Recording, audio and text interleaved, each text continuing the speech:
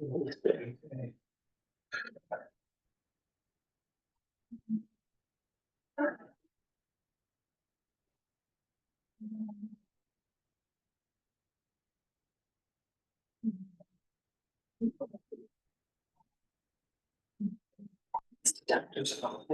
you faxing, John? Yeah, some placing. Okay. John will do vice signal.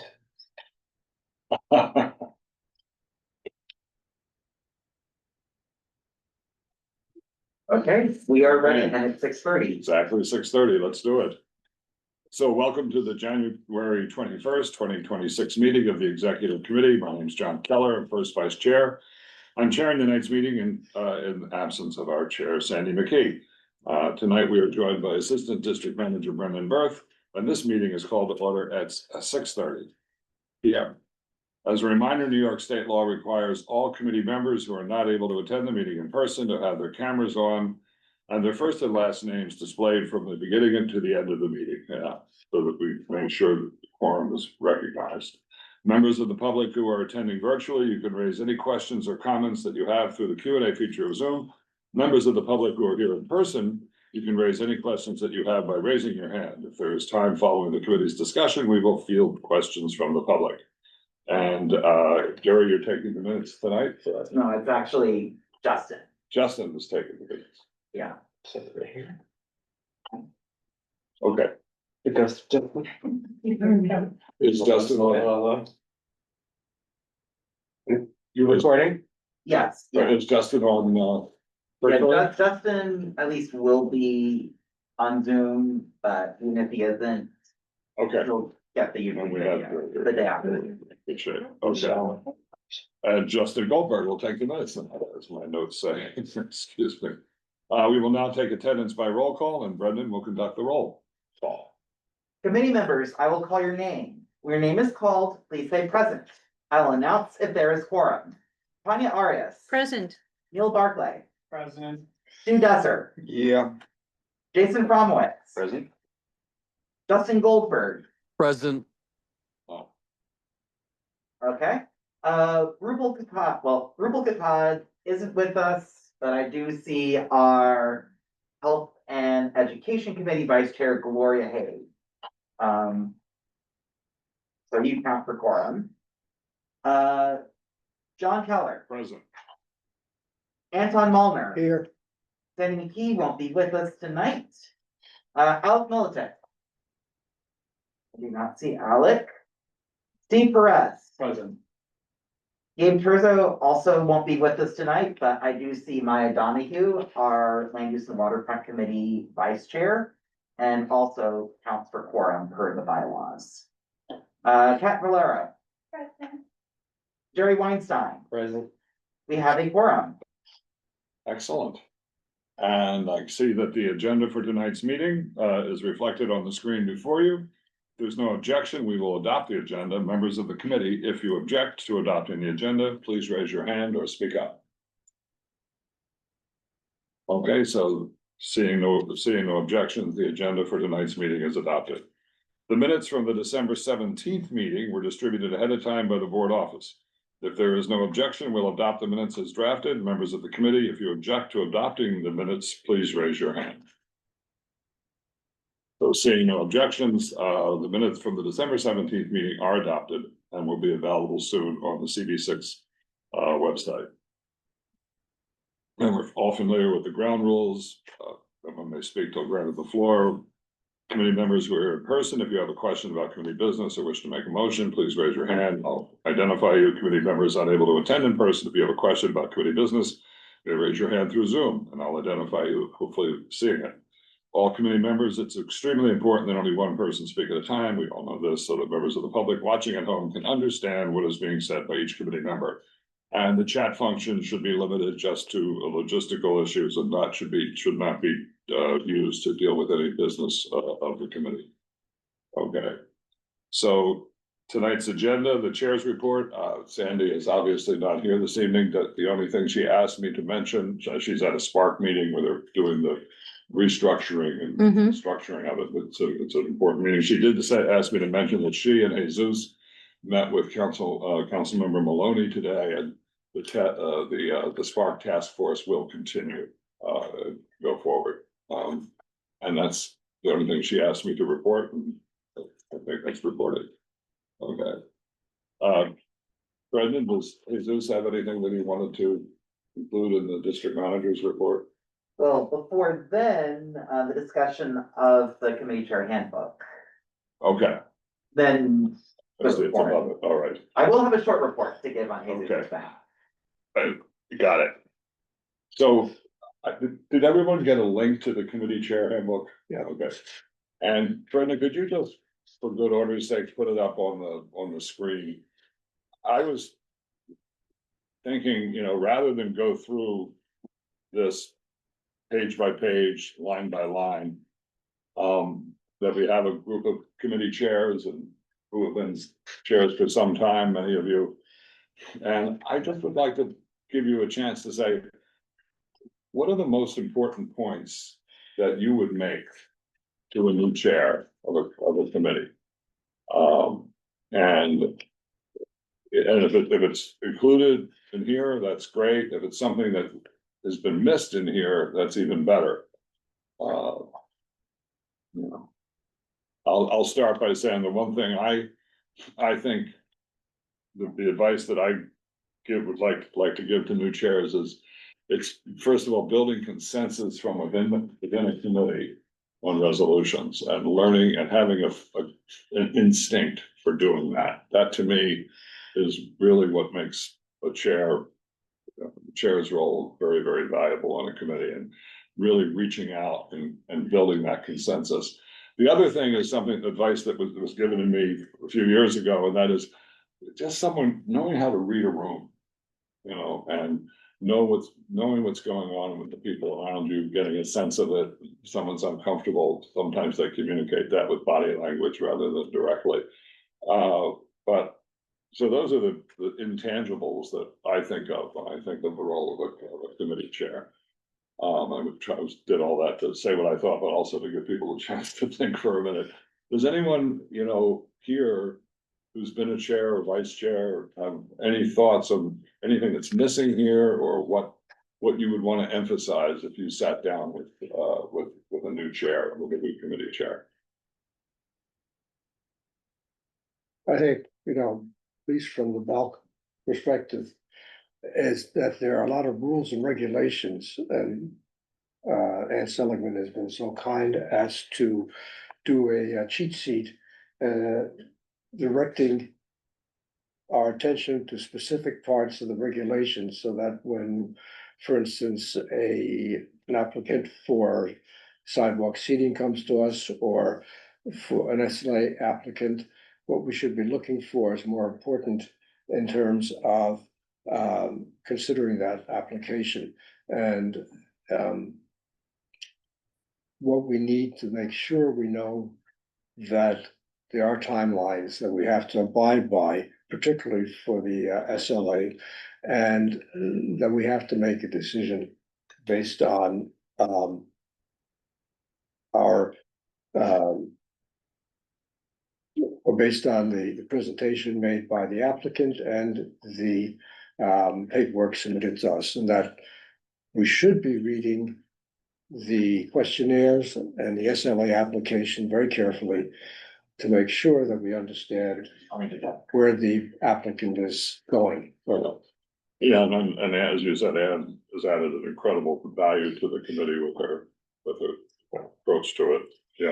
Yeah. So some committees are highly technical in terms of the things we have to be aware of. The only other thing I want to add is, I'm looking at the chair discussion. It's best to discuss next month's agenda, the previous month's committee. It ain't gonna happen in bulk, because You never know. for instance, the DOT applications don't come in most cases until the Monday before the committee. So you can't discuss potential agendas a month hence. So the only thing I do is when it's feasible, to best discuss. Okay. Yeah. Any other thoughts? Yeah, Steve, please. So last year, when Sandy and Gabe were working on the chair's handbook, which I don't know if that actually came to fruition, but Sandy, I had drafted for Sandy and Gabe a guidelines on drafting resolutions, which was just like very general about any committee, and I don't know if that maybe it's already in the chair's handbook, or if it could be included maybe as an appendix or something. Part of this.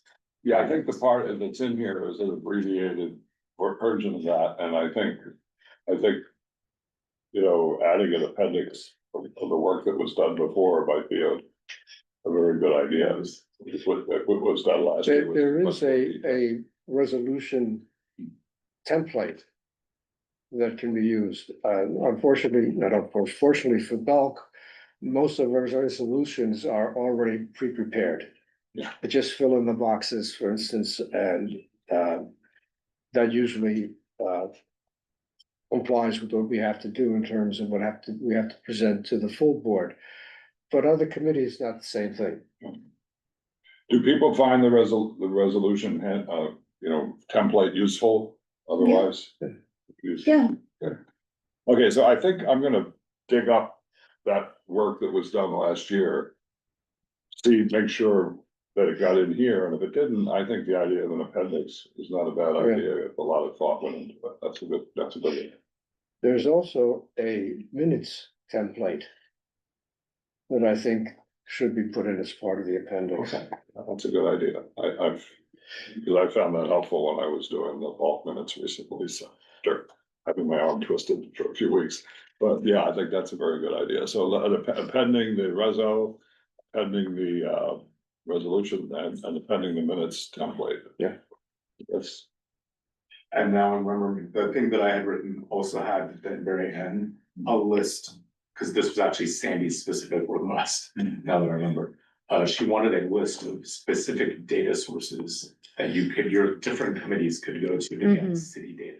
Yeah. And I gathered everything that it's not like exhaustive, but it's a starting point for like where you would go to find information. Absolutely, So that's one thing that Sandy had requested I put in there, and that's definitely not in this. What we ought to make Again, sure like, there's some, goes in the- that sounds like a lot of work. I think that that's the most essential thing.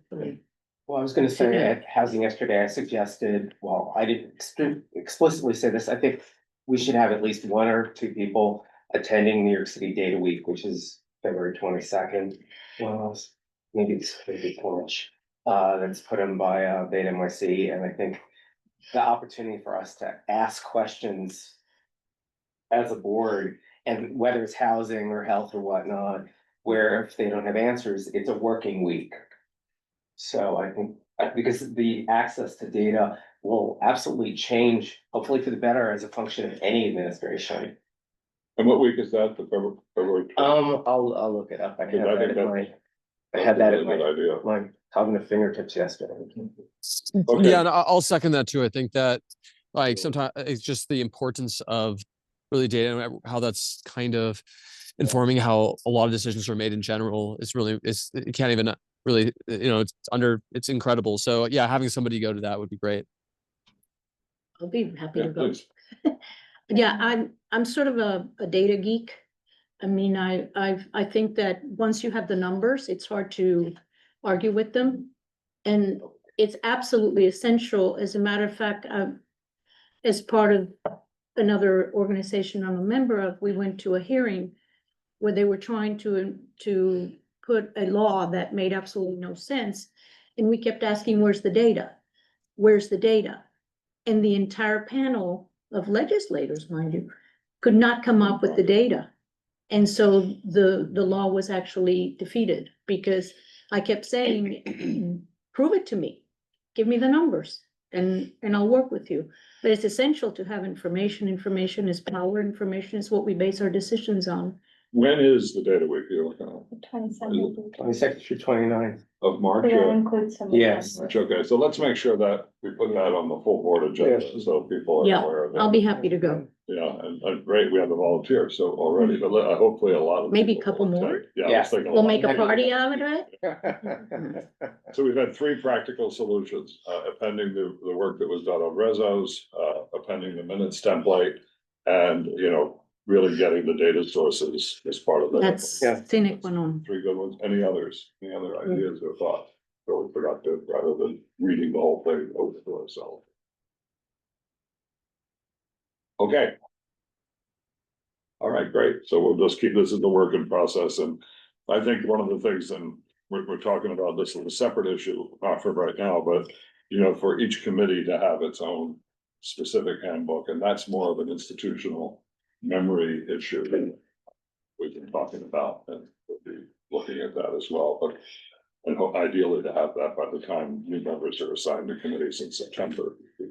Long lead time. Yeah. Okay. Anything else? All right, let's go. And now we will go to the chair's report, the district manager's report. Chair and Chair Brian. Okay, so, while Jesus is at a town hall tonight related to Spark Kips Bay, he did ask me to deliver a short report on his behalf. Those of you whose terms are up should have gotten emails from the Manhattan Borough President's office Yeah. regarding reapplications. Already done. If you do not see the reapplication email, in the email address you typically look at, check your other emails just in case. That notification arrived in a different email box from the one you usually look at for CD6 business. Yes, Maya? I just, to warn you, the Manhattan Borough President also sent out a newsletter about it. So I was confused because I thought I was getting a reapplication notification, but I wasn't. But it looks very similar. Yeah. But I got mine. Yeah, but I'm saying I'm not up for. Oh, you're not up reappointment. for it? Yeah, but I got Oh. the regular newsletter, but sent that it was like the global. only He thing. just in sent it. a. Get involved. Okay. But it was the only thing in the newsletter, so it was a little confusing at first, just in case people ask. How Okay. often is the reappointment? I feel like I just went through this. 2 years, every 2 years. Oh, okay. Then you probably did. And to that end,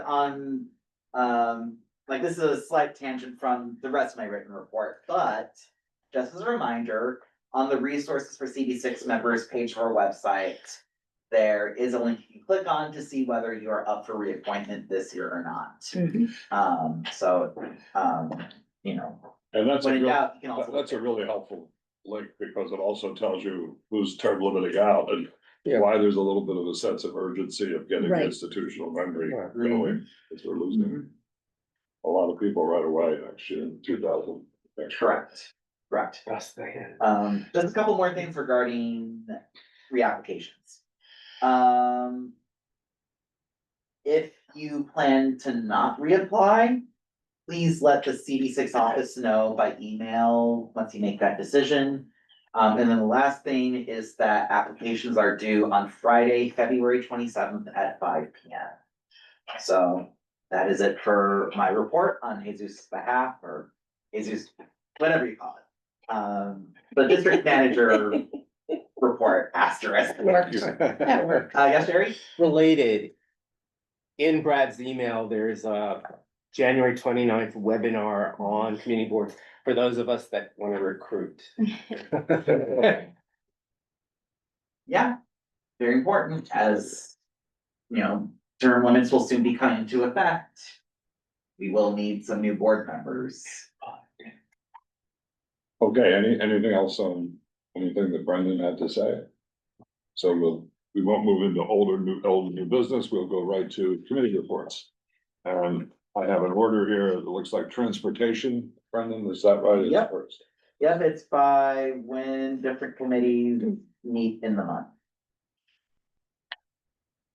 I don't know offhand, so I'll go and go. There we go. All right, first one there is, considering a resolution on this. These new bus stops or renewal of these bus stops, which was presented at my last meeting. I'm not gonna read all of them, there's a lot. Then, we also have a resolution, on, follow up from last week about 17th Street. DOT has proposed a conventional, like in the road bike lane. We are working on planning to discuss a resolution to ask for that to be upgraded to a protected bike lane. Which would likely require parking to be removed. Which was, DOT's original reason or one of their main reasons for not proposing a protected bike lane.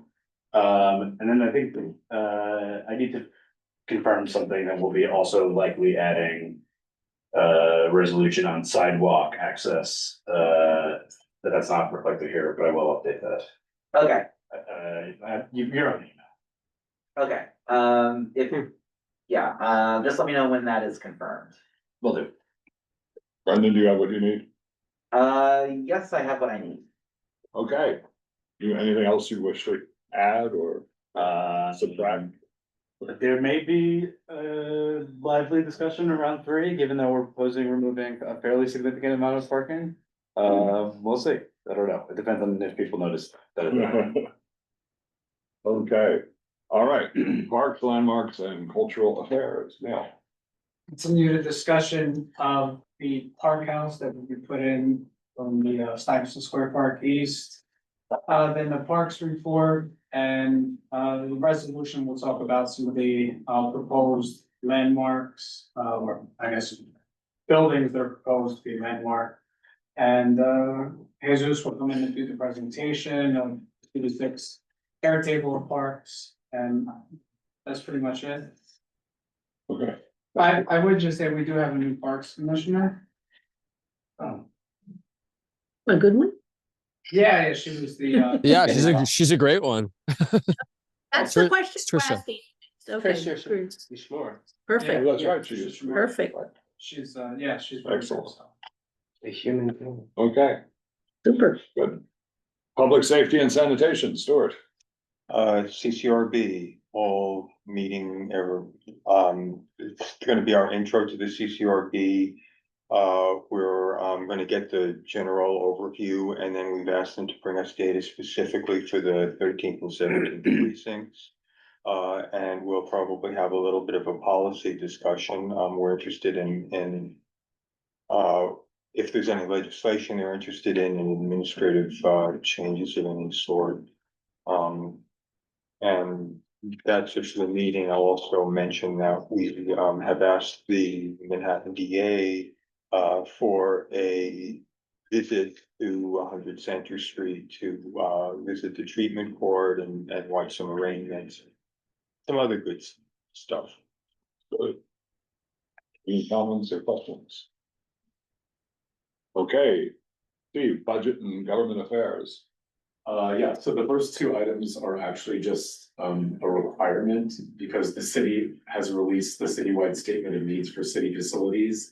So we're required to hold a public hearing and discuss it, but this year CB6 doesn't have any facilities that are applicable to us in this report. So there's really no reason for us to have a discussion or a resolution about it. And so we'll at least quickly skip over that. And then we're going to have a discussion of continuing our discussion of New York State Open Meetings Law. Rashma is preparing a draft resolution. The most important thing there is we want to reiterate our desire to be able to have Zoom meetings, not have to be in person and only count for voting and for in person. We want to take that up. You know, there's some change now that are elected, so we've got to figure out who might carry the torch forward, I guess, on this cause. And then there's just some other possible recommendations that we might have to strengthen the meetings. That'll be discussed. Yeah, that's a topic that affects all of us. So any questions or? So it's the OML that's responsible for having to attend in person? Yes, there's a clause that's expiring in July, actually, and when I asked about it, it was kind of like, well, they'll probably just extend it. But has all the language about how things count. It's available online, if you want to read it, but Yeah, so just to elaborate a little bit more on your question, Stu, you know, the thing with the open meetings law was that it was written before it could have been conceived of Zoom. And the writing of the open meetings law kind of reflects that. That one amendment that Steve talked about, allowing, giving some provisions for video conferencing. You know, that was added in a couple of years ago, and like allows like people with like certain disabilities to attend virtually. Which, you know, explains why, you know, when you fill out that attendance form, that mean RSVP form that you're asked to fill out, why you can say, like it, why you can say that you can request to attend virtually due to disability. And are we, syncing with other community boards in the city on this? Since it's gonna be widely. Yeah, I mean, typically we pass a resolution first if we can, and then from there it goes to Sandy, and then Sandy, you know. I'm just thinking it would be if multiple boards use the same language and even signed up as a joint resolution, I think it would speak a little bit louder. Good idea. And also, you know, actually the Manhattan Borough President's Office were engaged. Is there any interest from the public on this? Have people come and speak about this or? Nobody. No, So what, are- no, nobody comes I to, thought I did it's it. the most boring committee. But I imagine, especially folks who have disabilities or Well, that's what I was mobility issues, that they don't even think that this is an option. Right, So I think that, you know, allowing Zoom and letting people know right. is a way to diversify participation. Yeah, I think that's a good point. And I think actually the resolutions came out of exec, if I remember, back in the original one, so. It just fell to us because we were kind of talking about the open meetings law anyway, Mhm. and we were like, oh, we should revisit this, but actually, I think exec was. Where those original resolutions came from, so. It is something that is definitely applicable and important for all the committees and all the community boards to be discussing. So there's already a resolution to that effect? And we passed a few, in 2023, our full board passed a resolution asking for supporting Alice Right, Morris's right. legislation, which was reintroduced last year, so yes, there's been like ongoing momentum around this, but I mean, just hasn't got anywhere. I would get him aboard, especially since he's running everyone to reassert. That's the problem, though, he's running for a different office. Oh, yeah, So, but I mean, still presently. I have reached out to his district manager or liaison, whatever, haven't received any response yet. Stu's idea is great, though, you know, to have force in numbers, to Yeah. have all the community boards. Yeah, and I also think just the awareness of it, when is the time bomb that will explode on this? July 2026 is when that clause expires, so I don't know what they're planning on Yeah. doing with it. All right, thank you. The only other thing that I would have to raise, because, and again, this may be more of an exec issue, not my committee issue, and that's why I'm bringing it up, but Anne Sullivan asked me about this. She brought it up at full board, but, her concern is that the electeds are not getting their reports. And she wanted me to bring it up and say, like, is there anything we can do to get them to submit reports, and do we want to engage in more of a direct way with them? And it's not just that some are not submitting reports, but some are not submitting them in time, so by the, you know, we get them 2 hours before the meeting and no one sees them. I would include this on a list of things for Brad. Not solely, Right. but But that's kind of why I'm bringing it up here in exec, because I just Right. believe belong in my budget committee, you know, Thank you for bringing it up, though. I think Anne made a pointed thing, like, thanks for your report, it's so great. It was handed in on time, it's exhausting.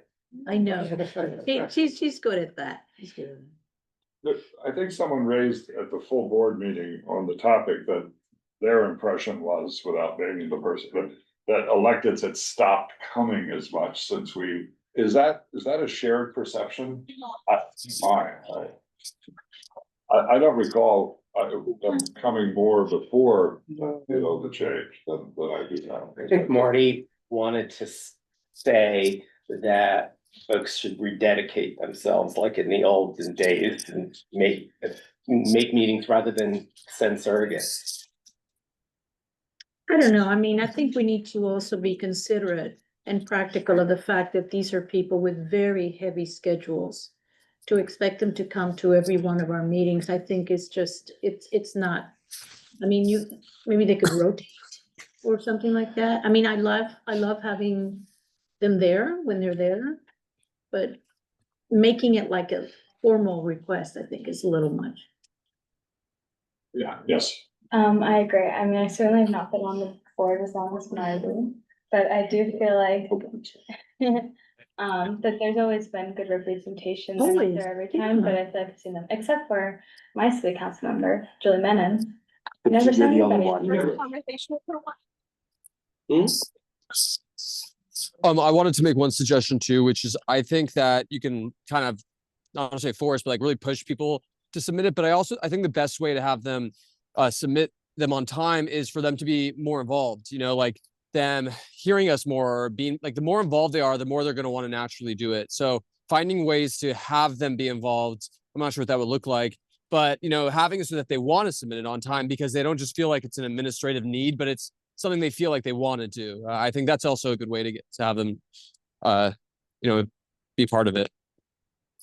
Possibly linking them up to the committee assignments, so their committee assignments, so we connect. Yeah, because I could look at it from the elected's perspective, you know, it's sort of a time management issue. It is a time management issue, yeah. And I guess if I got I was wondering what the question that was raised, the full board was getting at was, are the electeds figuring, they've said in a written report that they're just gonna go there and say, you have my written report. Is that worth them coming all the way to Waterside Plaza for, you know, and I think that's, you know, I think. My impression is that when they come to a meeting, that we engage them, they engage with us, and frequently they're there longer than they probably want to be, so. You know, yes. This might be a naive question since I'm kind of new to this as well. When we, you know, have resolutions, are they aware of the resolutions that our community board passes? Because it affects them in, you know, whatever matter that they're dealing with. So if they know that the position of the community board is X, you would think that they would be more interested if that's going to be discussed at full board. I think To be involved. my impression is, and I'm open to other views on this, but is that committees tend to engage electeds when they think the elected, you know, needs to be engaged, it can be helpful. Mhm. And it's also that the resolution, once it's passed, is sent to the electeds as a matter of course, isn't it, Brendan? I believe it's Well, if it affects an agency, it goes to the agency, the mayor's office. But doesn't it, as a matter of course, go to the elected, to our, like, council members and assembly members?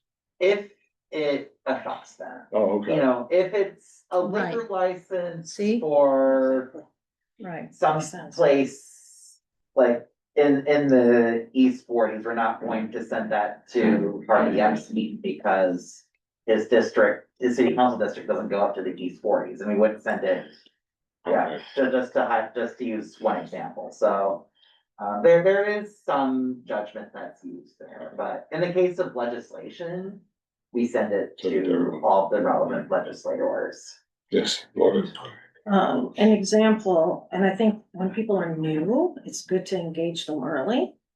So, Virginia Maloney will be in person at our next health and education, not this one coming up, but the following one. Perfect. Because of, we had a presentation by retired New York City workers who are now fighting to keep the health insurance they've been promised, but she feels very strongly about this and supports them and is like, yeah, I wanna be there. So it is, what is the issue? How does it relate to them? How passionate are they about it? And can that help us move forward with the people who are coming to us asking for help? So, but I also think when someone's new, it's a good time to make relationship because they're still, you know, they're excited, it's fresh, it's, you know. And maybe this is something else we could add to the committee chair's handbook. You know, that this be a top of the mind type thing for each committee. I think that's a great idea. Actually, Oh, I couldn't see it. actually gonna connect both of them in some other chatted, but that Brendan mentioned. This is an election year for some folks. We had that this past year with the city council people and the new people we keep referring to. Echoing Gloria, I do think that having a timeline, which I'm sure the office might also have some insight, that all of the committees, including the exec, can be mindful of when they need an incentive to be more interactive with the community members that they represent or prospective if they're running, thinking of Keith Powers as an example. And there are also people who are sitting on our committees who represent other either political entities, nonprofits that have more influence. So that also might be a statement of need, or we're talking about that on a different level, but it could be something we could even create at this level, the exec committee of like, this is why it's important for you to show up. And additionally, maybe a mapping of what resolution, what's like the destination for resolutions depending on committee, or if there are different branches, like some go to an agency, that would be great to like see. We have a lot of great, rich resources on our CB6, I think resources for CB6 members. But as we're talking about new people or people who want to be chaired, this information is all tied to the same purpose. And for what we're talking about right now, encouraging other people who are now in council member offices, staffers of different kinds, that also might be pertinent to them for different reasons. And maybe we could funnel that into, because in addition to the committee chair handbook, we're having each committee have a handbook. So maybe part of that process would be to say, you know, this committee usually interacts with the following agencies, and here are the contacts. Yeah, which we do like on the website pages for individual committees. If I remember correctly, there is some of that. Yeah, there is some of that on some of the committees pages on our website, but not as formal. Yeah, because once again, the whole institutional memory thing, the fact that we even have to ask about this, suggested we better codify it. Okay, anything else? Thank you very John, much. Yes, please. Just to make a comment, at our last Budget and Governmental Affairs Committee, we had representatives from both Liz Kruger and Senator Gonzalez discussing the legislation on the AI and also on the tax abatements for oil companies. And it was extraordinarily helpful to have them there. Right now, we have a matter on the table at a lot of committees, actually, land use, budget, and housing, on legislation that's going through now, like the faith-based housing and affordable housing. It would really help to get someone here that we can engage with to clear up a lot of this. So it's really important to get them here. Sounds, I'll pass that on. All right, thank you. Gloria, health and education. Gonna move over here? Yeah, I think I have it on the control. Oh, yes, so a presentation, on the Health and Hospitals Bellevue Substance Abuse and Methadone Program that's gonna happen this month. We're considering, and I think this, at least the bare bones of the, oh my God, I just lost a word. Resolution? Thank you. Proposal. Resolution. We're for school, Yes. and that's gonna be a big conversation, because there's differing views around that, and, so that's gonna be very interesting. And, I'm giving a presentation on the NYU open house that we went to, and the statement of needs, so it's gonna be very interesting committee meeting, but I have a couple other things I would like to share. On March 27th, between 11 and 2 p.m., we're having the Bellevue Health Fair, but it's also joined by NYU because they asked us if we would ask them if they could join, and they said yes, of course. We're meeting this Friday, to just finalize all partners, but most have been contacted, most have been confirmed. And I have to say that Karen Moore, Sage Robinson have done an incredible job. They did really all the work. And it is just shaping up to be incredible. We're going in next week to decide the finalized space. So, and we're glad NYU is gonna be involved too. It's gonna be complimentary to them. So that's happening. And, hot off the presses today, this is the first time I'm sharing this. I've been following up with Sage Robinson at Bellevue about a meeting space for board meetings. And I have an update today. Saul Farber Auditorium is just about done with all of its upgrade.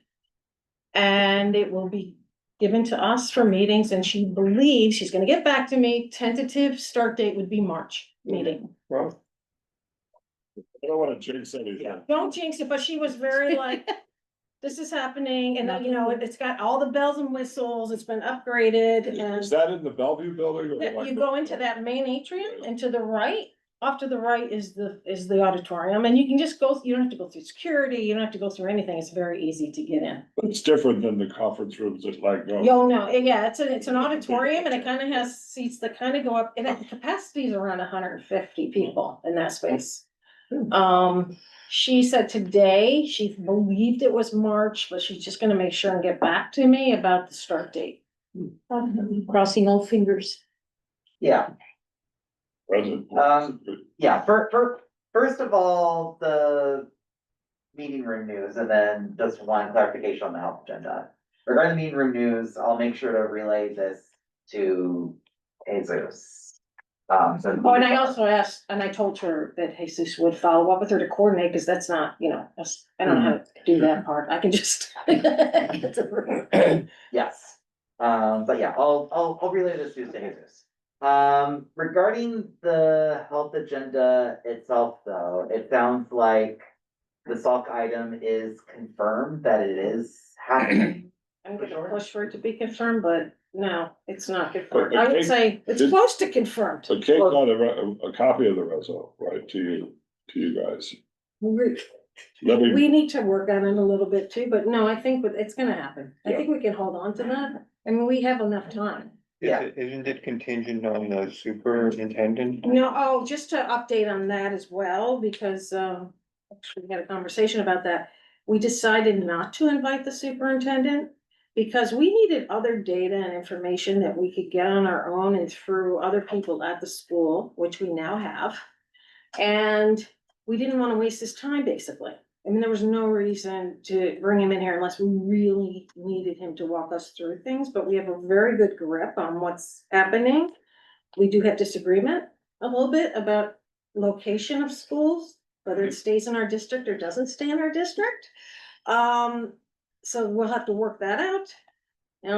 But I'm sorry, is Yeah. there a grip on what's happening? Because Yeah. the basis for some of the policy was not explained to us as far as I know, you know, is it just a matter of them moving, is he just moving stuff around on spreadsheets, or was there a reason to move to propose combining one school with another? well, the reason they're moving is because the school the classroom sizes are changing, so the school they're in right now will be Right. the room they're in. Right, The but question is, the thing that's still out there, and it's on hold for a while, although parents still feel it's very urgent. The move or anything like that's on hold for a while. It's really about. We want them to be an entity of their own. We want to protect the school as an entity. One of the bigger questions is, where are they physically going to be? There's some people who want them to stay in our district, no matter what. There's other people who are like, it doesn't matter. They could go somewhere else. We're gonna have to hash a lot of that out, and they're thinking around that. I think we need to hash it out first. But we are in contact with the heads of the school, Katie has total contact with everyone there, so we're getting all our information through there. yeah, my impression is that they're two issues. One is, first of all, if you've been in that building, you know, PS 40 is bursting out of its floors, and it's basically, that PS40 has been there since 1895. Wow. You know, and, you know, it's an integral part of the community, and, you know, there's no chancellor's rank that says, you know, people are entitled to a local elementary school, but it's the active practice of the DOE that people have an elementary school that they can either walk to or get to very easily. And then the second issue is that do you keep the Sauk identity? And there seems to be a consensus building from what I've heard that that's important to do. Then the question is, where does Sauk go? And, you know, we're responding, my view of this is we're responding to parents people who live in our district who are advocating to keep it nearby.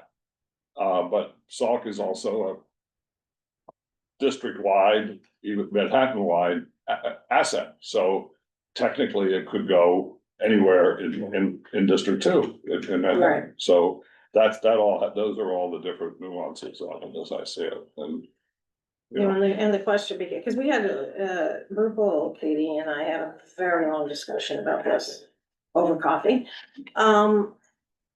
Partly, my feeling is the parents in our district came to us and we represent our district, right? So it's very kind of hard to now think about all the other districts that might be affected. that's right, and to me, the killer, app for keeping it in our district is the relationship with NYU Grossman. That's the big That thing, is yeah, because they're that's the connected to tenet. NYU. But ultimately, this is gonna be decided by PEP and. Yeah. You know, but I think weighing in, if the committee decides on the side of the parents, say, let's keep Sauk in the area because of the affinity to Grossman and it's been here since 1995, that's a valid ask for us as people. That'll be an interesting discussion, I think. One last question. So, just checking this new wording I have written down, is that accurate of the direction the resolution is going in? It's continued discussion of the proposed merger of the Sauk School of Science.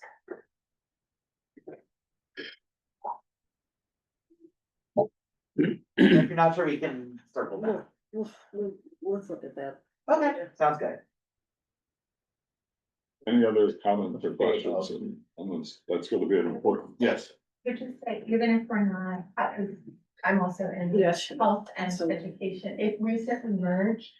And we did say at the fall board meeting that there were peppering questions towards the end about that, so clearly there is other than parent questions to consider, so it might just come up naturally in old and new business, even if it don't. Yeah. Come on the agenda. Shall see. The subtext here is attend the meeting, I'm sorry. Anything else, Gloria? That's it. Great. Any other comments or questions on, the committee and this important issue? Okay. Housing and homelessness. I don't see Alec here. Did Alex send someone? No. All right. Is there anything from the? No, I'm on housing. Off the top of my head, I would just say continued discussion of the faith-based Okay, housing initiative, which will be our third, but what we're hoping to do is meet with land use and It's the hash best, out yeah. what improvements we might suggest.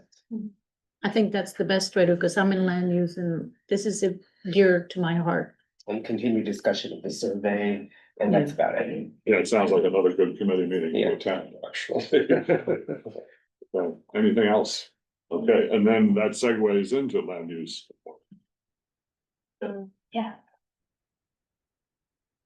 So as Smith said, that we will be talking about faith-based again, but I think we have the reso from housing and tried to start to talk to, our committee hasn't talked about it since.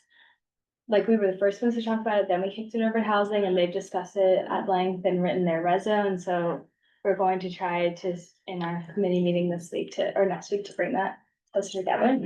But the first thing is the continued discussion of the quality of life issues at Cypher Park, which we've talked about before.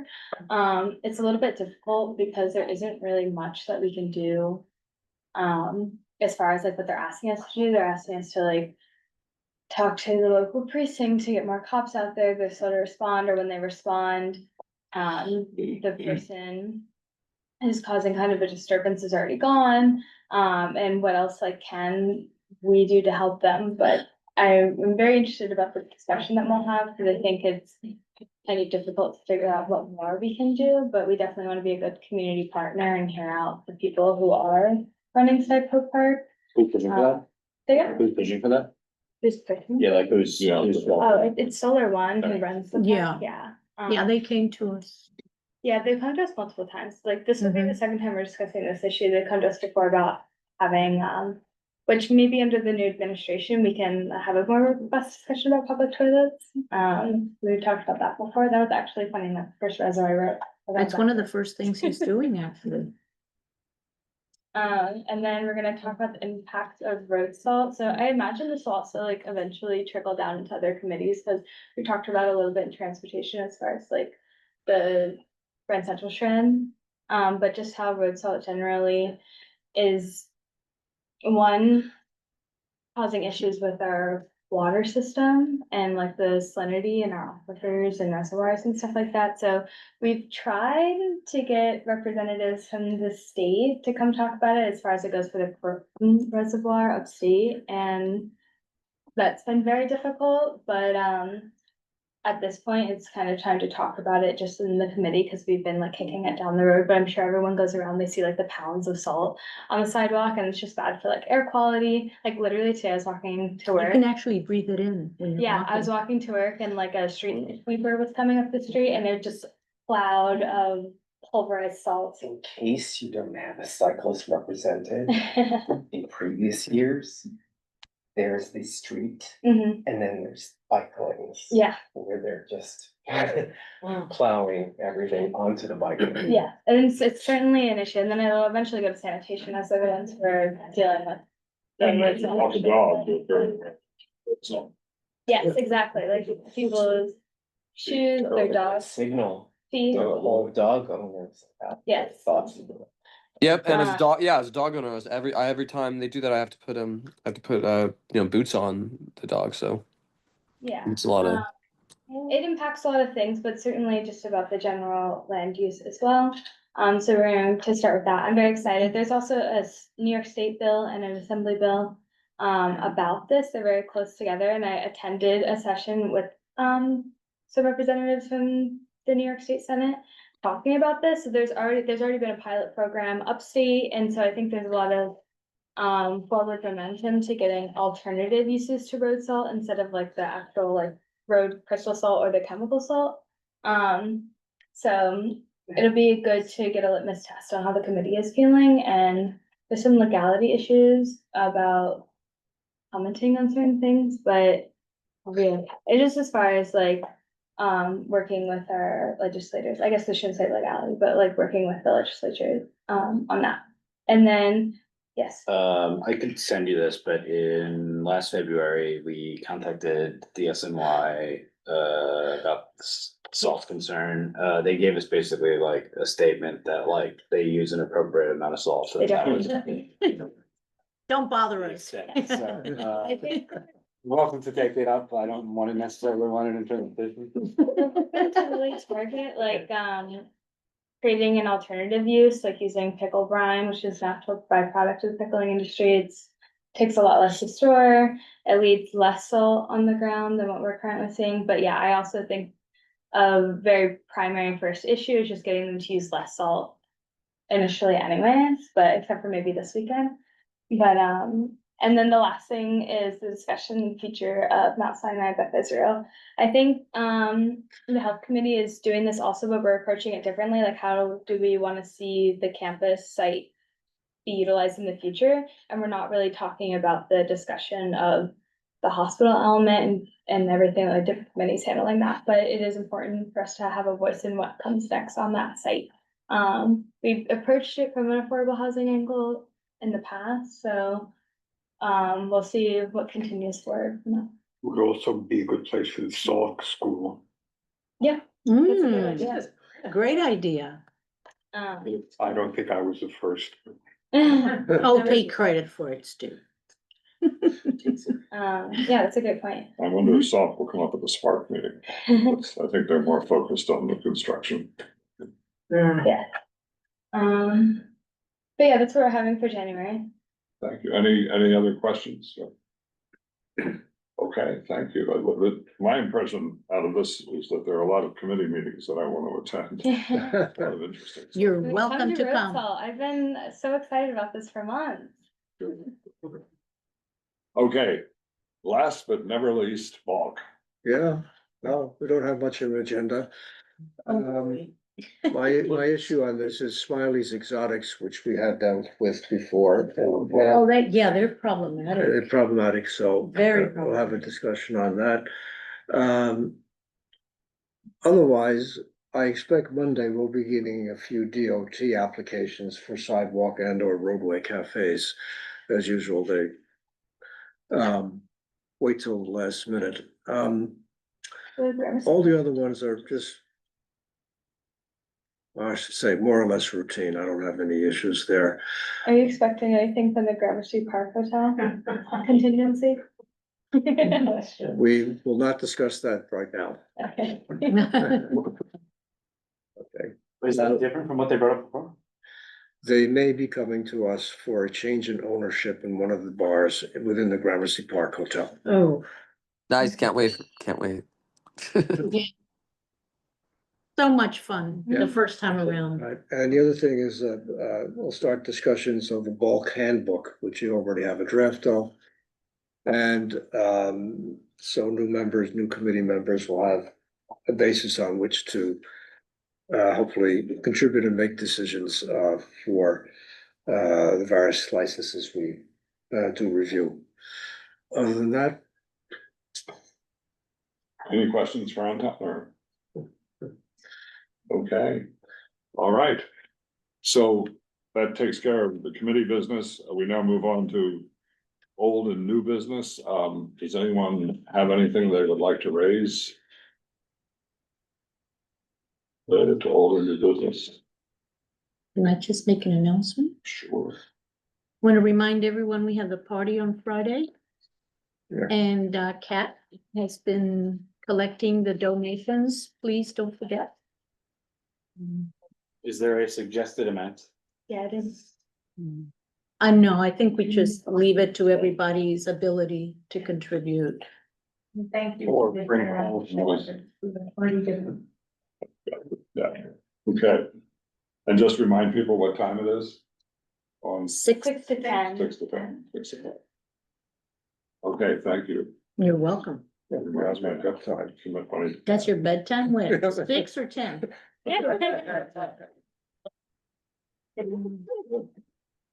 Okay, is there any other old or new business or anything that anybody wants to raise, gripe about, talk about, or anything?